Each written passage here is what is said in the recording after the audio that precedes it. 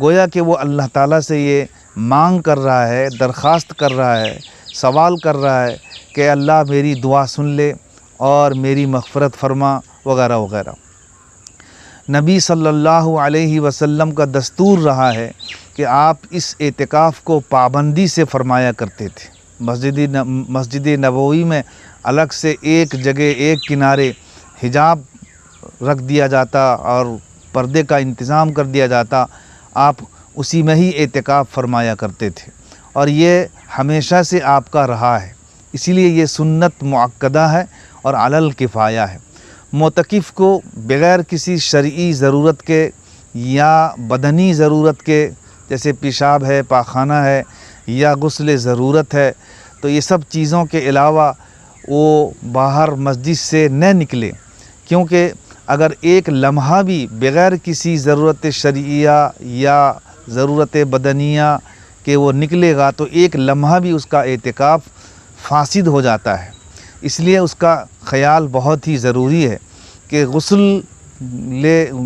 غسل تبرید کے لیے بھی وہ نہ نکلے، یعنی جو عام طور سے انسان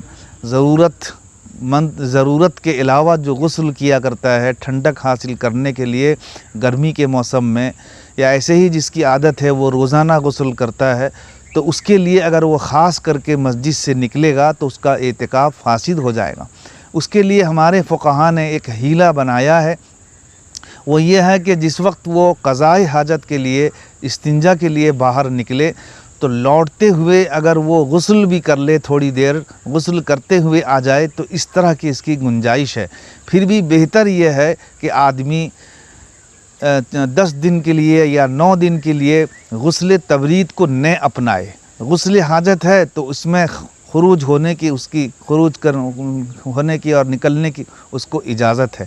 اسی طرح اگر کوئی ایسی مسجد میں اعتکاف کر رہا ہے جس مسجد میں جمعہ کا قیام نہیں ہوتا ہے، تو اس کے لیے بھی جائز ہے کہ وہ وہاں سے ایسی مسجد کا سفر کرے جہاں پر جمعہ کا قیام ہو رہا ہو، جامع مسجد کے لیے جائے اور وقت کا خیال کر کے جائے، اور اتنی ہی دیر وہاں ٹھہرا رہے جتنی دیر میں وہ وہاں جمعہ پڑھ لے، اور جمعہ پڑھ لینے کے بعد فوراً واپس آ جائے۔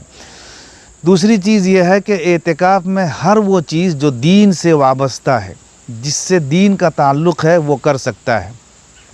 عام طور سے صمت یعنی خاموشی کو عبادت سمجھا جاتا ہے اور خاموش رہنے کو لازم پکڑ لیا جاتا ہے، یہ صحیح نہیں ہے۔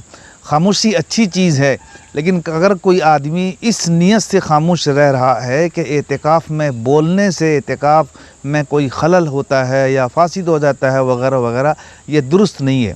بلکہ خاموشی اچھی چیز ہے، لیکن اگر خاموشی اس لیے رہ رہا ہے کہ یہ ایک جز ہے اعتکاف کا، تو یہ صحیح نہیں ہے، یہ غلط ہے۔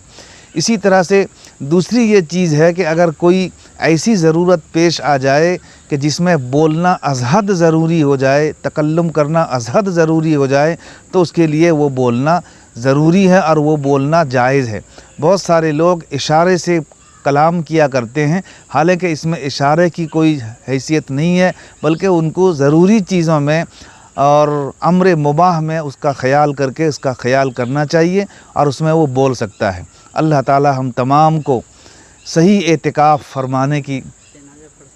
اعتکاف میں جنازہ نہیں پڑھ سکتا ہے، کیونکہ جنازے کے واسطے اگر ایک لمحہ بھی مسجد سے نکلے گا اور خارج ہوگا تو اس کا نماز جنازہ میں تو شریک ہو جائے گا، لیکن اس کا یہ اعتکاف فاسد ہو جائے گا۔ جنازے کی نماز کے لیے خروج کی اجازت فقہاء کرام نے نہیں دی ہے۔ اللہ تعالی ہم تمام کو ان تمام باتوں پر عمل پیرا ہونے کی توفیق عطا فرمائے اور اخلاص کی دولت سے مالا مال فرمائے۔